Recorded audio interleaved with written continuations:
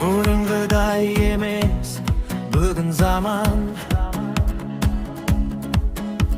özgeripti adamның da mal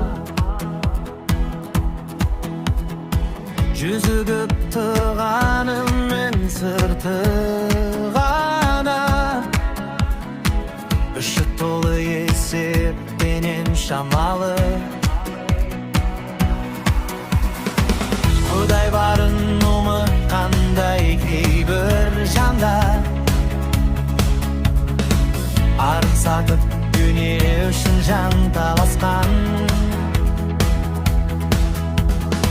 өтірікті шындық қылып сөйлеп алып адалдықты әлсіздік деп бағалаған